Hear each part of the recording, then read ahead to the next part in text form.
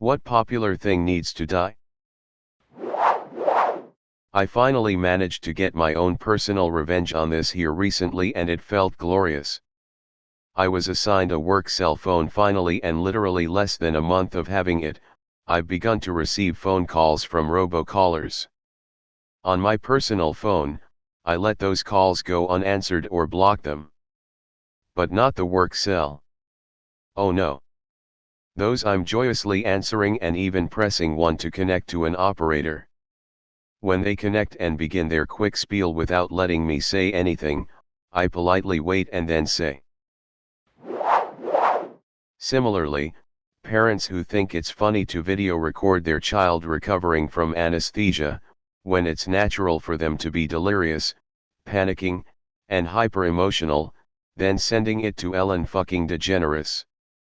I find it so disgusting parents would do this, at a time when their children are most vulnerable and need constant care after a physically traumatic event like surgery.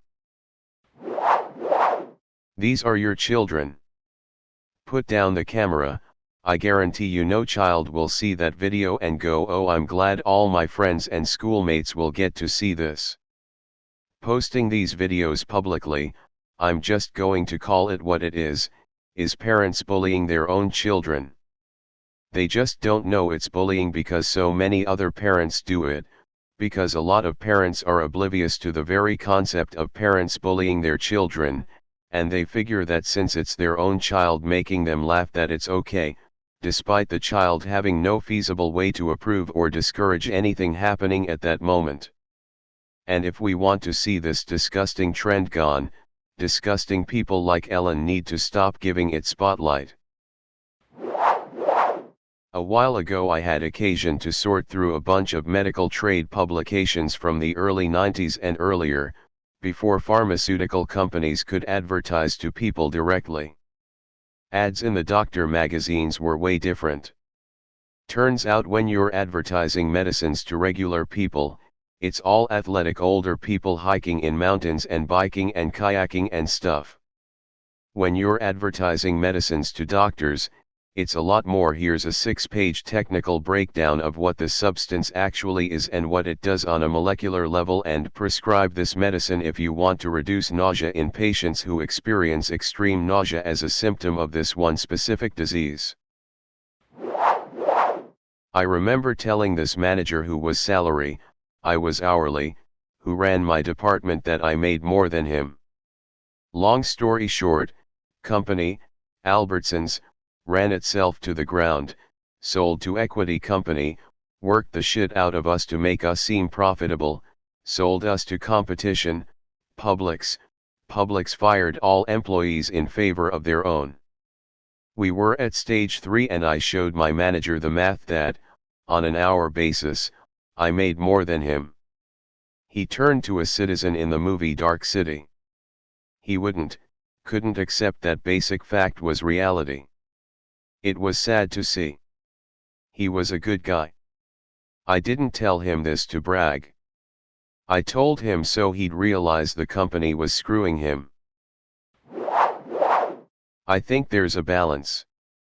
I think part of the reason that teens are going crazy with it so early is BC it's such a taboo to the older generations, i.e. their parents, whereas households that let their kids try alcohol in a controlled setting usually raise well-adjusted adults with healthy relationships to these substances. Source: me. The worst party animal I know was the valedictorian of our high school. His mom had him on a 2-inch leash 24/7. Social media isn't the cause, but it certainly accelerates the process of rebellion. I mean, look at the 80s era.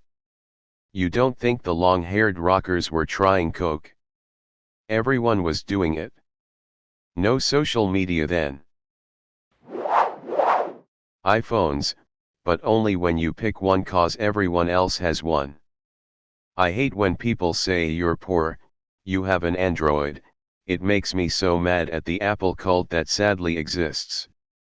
I picked my phone because it was the best for me, not at all because of how much money I have. I could have gotten an iPhone should I have wanted to. If you have a reason for having one, awesome, but I don't like how people fanboy it because their friends have one. It's an unpopular opinion though, so I'm ready to be downvoted. I honestly haven't seen it that much anymore, but I remember a good 8 to 10 years ago there really was an iPhone vs Samsung thing. People would literally judge you for which phone you had. If you had anything that wasn't a Samsung or an iPhone, you were a complete loser. Of course the iPhone crowd had a million arguments why their piece of glass was obviously significantly better, and the Samsung crowd had their own arguments on why their piece of glass was obviously significantly better.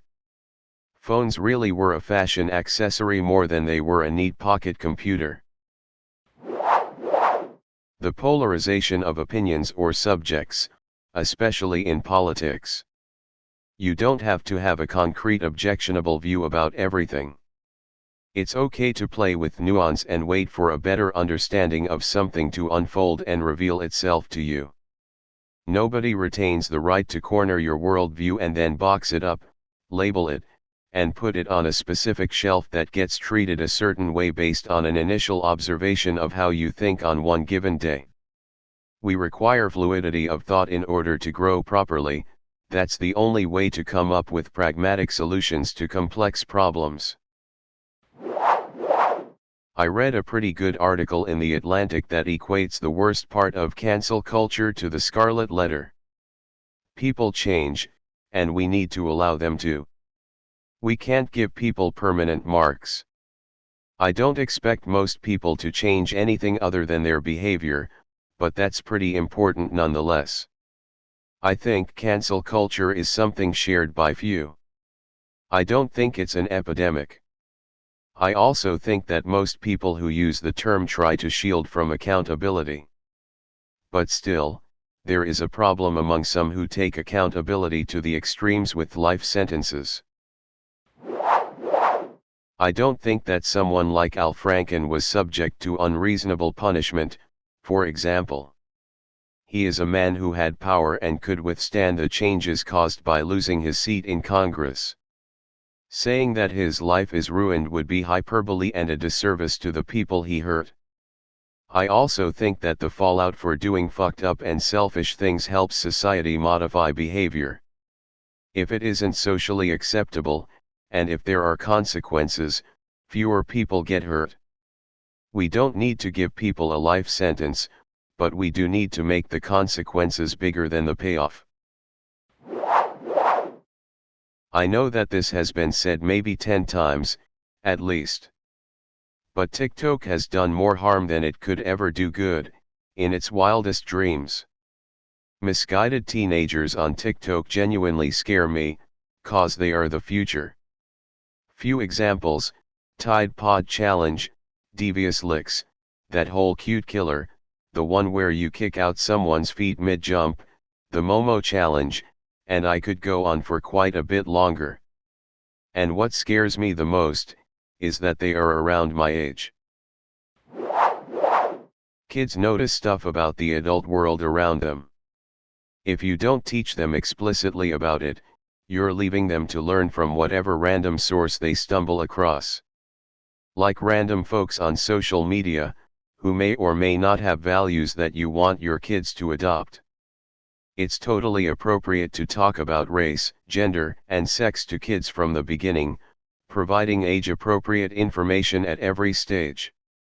I'm the mom in a multiracial family and have taken many parenting classes about these issues, and sociologists and psychologists agree that ignoring important issues is just abdicating your responsibility. Not trying to pick fights, and I appreciate that people have their right to raise their kids in their own way. But for my family and my students, I feel strongly about this. Gig work, dropshipping, all this stuff. Mobile phones without an SD card slot to force you to buy expensive storage space when you could easily integrate half a terabyte into modern phones via SD card. Mobile phones with a glued case so you can not simply remove and change batteries. It's bullshit that they only do it for us to make it flatter. It's bullshit that they do it for waterproof safety reasons, considering most phones are not waterproof either way. They just want us to buy new phones every 2 to 3 years. Cryptocurrency. All of it? It's useless as a day-to-day currency. In effect, it's a commodity, failing one of its primary goals. It causes long cycles of graphics card shortages and sky-high prices. There have been numerous instances of exchanges hacked or just lost hundreds of millions in crypto. A dozen this year alone. Crypto uses more electricity than several countries, a colossal waste of resources. What I'd really like to thank it for, though, is enabling the proliferation of ransomware by giving them a global extortion payment system to make it easy to turn into an international business model, fucking over countless companies and individuals. Fuck crypto. Glorifying slaving away at work, or the best you can be as a person is when you work as much as possible. Obviously people have to work for society to exist. But there's a line where you cross that goes from doing what needs to be done, to doing as much as physically possible because societal norms say that's desirable. Even when you don't get much reward or extra pay from the extra work.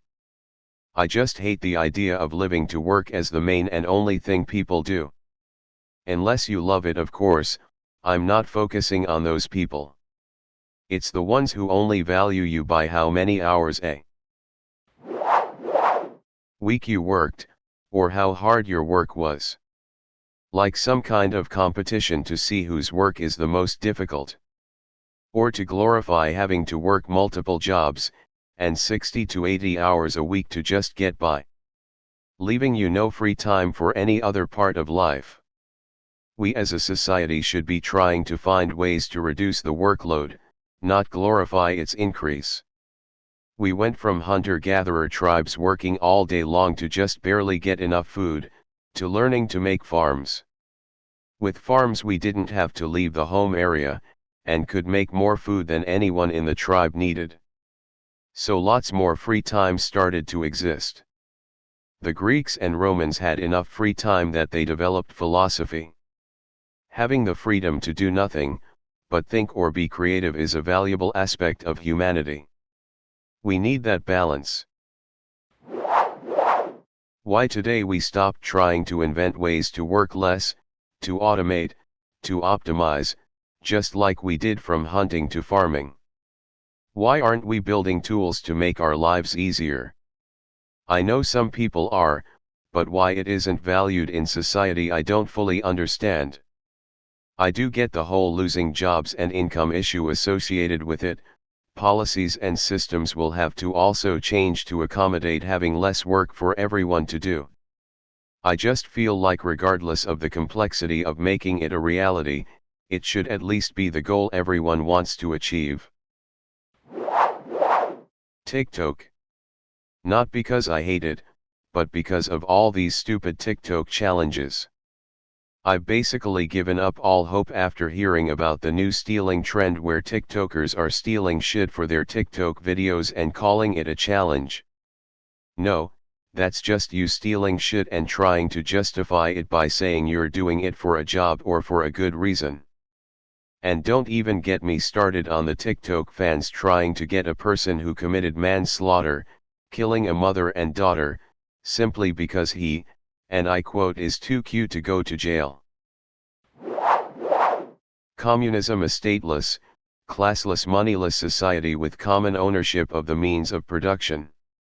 Socialism, the transitionary phase from a capitalist society to a communist society, in which a state is democratically owned and utilized as a tool by the working class to provide everyone with their basic necessities, food, clean water, housing, education, etc., protect the revolution against native or foreign intervention and eventually reach communism. Capitalism, when the means of production are owned privately by individuals, rather than the state.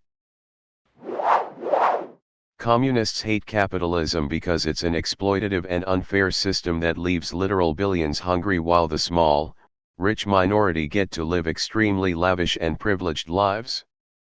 Modern capitalism relies on half the world being poor and hungry, so it has cheap labor that the rich can exploit.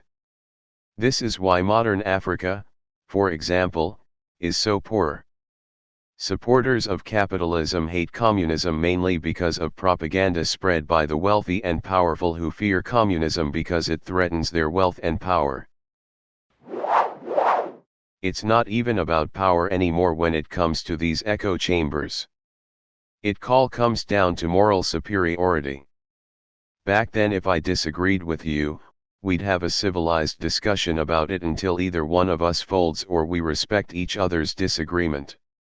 Nowadays, if someone doesn't agree with your opinion, they're wrong and the devil's advocate. Being a Trump follower and being an anti-vaxxer, they tend to be one and the same. Edit, BTW, to anyone downvoting this, I've got a message for you from all the intelligent, empathetic, non-cult members of society that are sick of your nonsense. You're gonna lose this fight. Trump will never be president again, and you're going to be forced to take a safe, life-saving vaccine, either through ridicule from friends and family members that will refuse to be around you anymore because you're dangerous and unsafe, or because your occupation, the places you'll want to go, or other facets of society are going to require it, just like many other required vaccines prior to this point. Partisan political structures and senates, and things alike. We live in a world where Amber Alerts alert everybody across entire regions, but for some reason laws and bills that get passed are left up to representatives who may or may not be as honest, unbiased, and unmotivated by a hidden agenda as they claimed to be when they were elected. Seems like we're in an era where everyone can be contacted at any time of day via their cell phone. Let people know what's being voted on, when it'll happen, and where they can get objective information on the topic, and let the people vote for themselves and get rid of parties.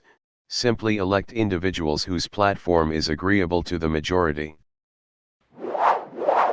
Treating unsubstantiated opinion with the same reverence as fact. Everyone's opinion doesn't matter. Many do, but arguments built off bullshit that's easily refutable do not deserve a place in our discourse. It gives them credibility they don't deserve and causes calamity in our society. I.e., if we say housing costs are too high, and there is a debate on whether we need to limit international investment or limit the number of homes any one person can own, these are legitimate opinions and discussions. For someone to come in and say home prices are not too high, it's a lie perpetrated by the real estate industry. That is not a valid opinion because it simply isn't based in fact. I finally managed to get my own personal revenge on this here recently, and it felt glorious. I was assigned a work cell phone finally, and literally less than a month of having it, I've begun to receive phone calls from robocallers. On my personal phone, I let those calls go unanswered or block them. But not the work cell. Oh no. Those I'm joyously answering and even pressing one to connect to an operator. When they connect and begin their quick spiel without letting me say anything, I politely wait and then say. Being a Trump follower and being an anti-vaxxer, they tend to be one and the same.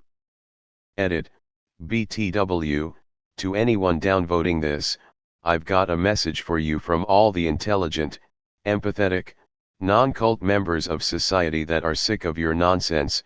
You're gonna lose this fight.